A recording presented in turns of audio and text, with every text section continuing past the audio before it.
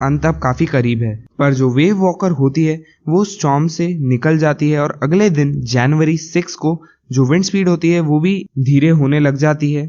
और जो ऑथर होते हैं फिर वो चार्ट रूम में जाते हैं और विंड स्पीड्स को कैलकुलेट करते हैं और इस हिसाब से वो कैलकुलेट करते हैं अपनी पोजीशन को और वो कुछ डिटरमाइन करते हैं कि वो कुछ 1,50,000 किलोमीटर वाइड ओशन में सिर्फ एक 65 किलोमीटर वाइड आइलैंड को ढूंढ रहे होते हैं।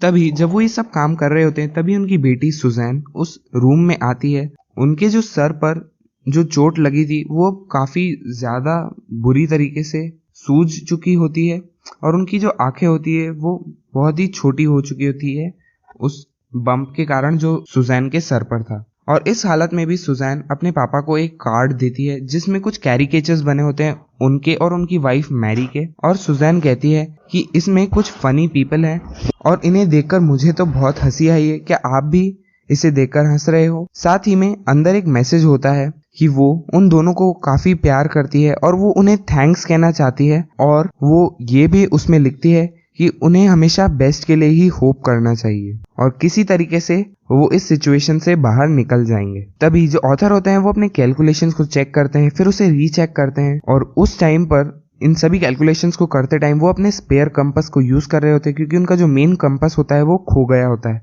और उनका जो स्पेयर कंपास होता है वो भी मैग्नेटिकली करेक्ट नहीं किया हुआ होता है। साथ ही में वो वेस्टर्ली करंट्स के साथ जाने के लिए डिसाइड करते हैं इंडियन ओशंस में और दिन के कुछ करीब 2 बज रहे होते हैं। तभी वो लैरी के पास जाते हैं और कहते हैं कि वो अपने शिप को 185 डिग्रीज पर टर्न कर दें और अगर वो लकी हुए तो वो शाम के 5 बजे तक कुछ आइलैंड्स को देख पाएंगे। तभी जो ऑथर होते हैं वो काफी उदास होते हैं और वो अपने बंक पर जाकर लेट जाते हैं और अमेजिंगली उन्हें उस टाइम पर नींद आ जाती और सीधा वो उठते हैं शाम के 6 बजे। और अब उन्हें लगता है कि क्योंकि उन्हें तो लग रहा था कि वो 5 बजे तक आइलैंड्स पर पहुंच जाएंगे तो उन्हें लगता है कि उन्होंने शायद उन आइलैंड्स को पीछे ही छोड़ दिया होगा। पर तभी उनका जो बेटा होता है जोनाथन वो उनके बंक पर आता है और कहता है कि क्या मैं आपको गले लगा सकता हूँ। और सुजैन उसी टाइम उसके पीछे खड़ी होती है। तभी ऑथर होता है वो उनसे पूछता है कि वो उसे गले क्यों लगाना चाहता है। तभी जोनाथन कंटिन्यू करता है क्योंकि वो कहता है कि आप इस वर्ल्ड के बेस्ट डैडी हो और बेस्ट कैप्टन हो इस वर्ल्ड के। तभी जो ऑथर होते हैं वो जोनाथन को कहते हैं कि पर शायद आज मैं बेस्ट कैप्टन नहीं हूँ क्योंकि शायद हमने उन आइलैंड्स को पीछे ही छोड़ दिया है। पर तभी सुजैन कहती है एक फैक्टफुल वॉइस में कि हमें आइलैंड्स मिल गए हैं। तभी ऑथर बहुत ही खुश हो जाते हैं और वो सीधा बाहर जाकर देखते हैं कि जो दोनों आइलैंड्स जो आइलैंड था वो सीधा उनकी शिप के सामने था और वो आइलैंड उन्हें इतना बड़ा दिख रहा था जैसे कि कोई बैटल शिप हो।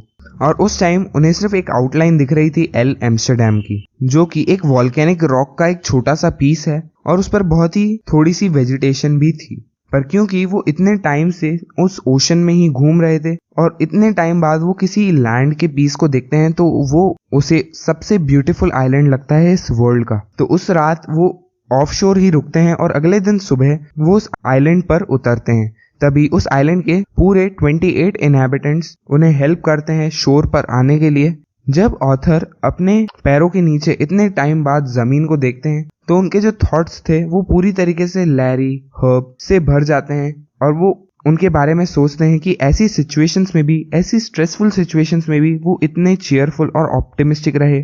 उनकी जो वाइफ थी उन्होंने उन क्रूशियल आवर्स में जब वेव ने हिट किया था तब पूरे टाइम व्हील को संभाला और साथ ही में सबसे ज्यादा वो सोचते हैं अपनी बेटी के बारे में जो कि एक 7 साल की लड़की थी और उन्होंने इसलिए अपनी चोट के बारे में अपने पापा को नहीं बताया क्योंकि वो परेशान हो जाते हैं ऐसे टाइम में। और साथ ही में वो अपने बेटे जो कि 6 साल का था जोनाथन उसके बारे में भी सोचते हैं क्योंकि वो एक ऐसा लड़का था जो उस टाइम पर उन्हें कहता है कि उन्हें मरने का भी कोई डर नहीं है। साथ ही में ऑथर ये भी बताते हैं कि जो उनकी बेटी थी उनके सर पर जो इंजरी थी उसे ठीक होने में 6 छोटे ऑपरेशंस लगते हैं जिससे वो रेकरिंग ब्लड क्लॉट को हटाते हैं उनके स्कल और उनकी स्किन के बीच में। तो इसी के साथ खत्म होता है ये chapter we are not afraid to die if we all can be together.